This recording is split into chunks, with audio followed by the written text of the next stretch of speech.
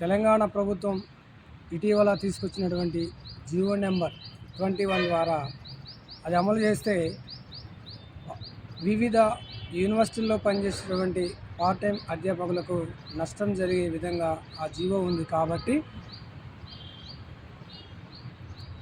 ఆ జీవోలో ఉన్నటువంటి అంశాలు అవన్నీ కూడా మనకు నష్టాన్ని కలిగించే విధంగా ఉన్నాయి. కాబట్టి వాటిని తొలగించాలని తెలంగాణ ప్రభుత్వానికి విజ్ఞప్తి చేస్తున్నాం.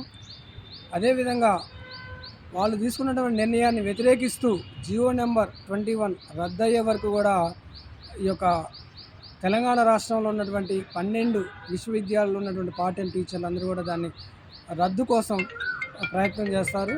అదేవిధంగా దానిలో భాగంగానే ఈ నెల 17న చలో సెక్రటేరియట్ ప్రోగ్రామ్ని నిర్ణయించడం జరిగింది. కాబట్టి ఆ యొక్క ప్రోగ్రామ్ని 12 విశ్వవిద్యాలయాల్లో ఉన్నటువంటి పార్ట్ టైం అధ్యాపకులు అందరూ కూడా పాల్గొని దాన్ని విజయవంతం చేయాలని కోరుతున్నాం.